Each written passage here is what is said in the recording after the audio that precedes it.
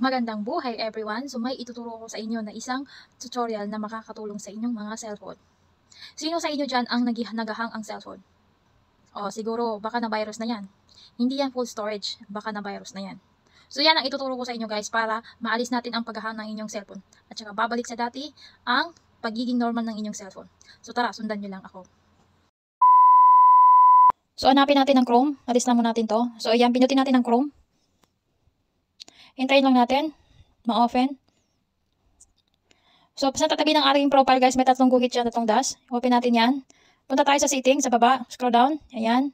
So, ibaba lang natin, scroll down. Hanapin natin ng side setting. So, pagkatapos sa side setting guys, ito na magbubunga sa atin. Sa taas guys, itong all sides. Itong tatlong guhit na rin to. So, i-open natin yan.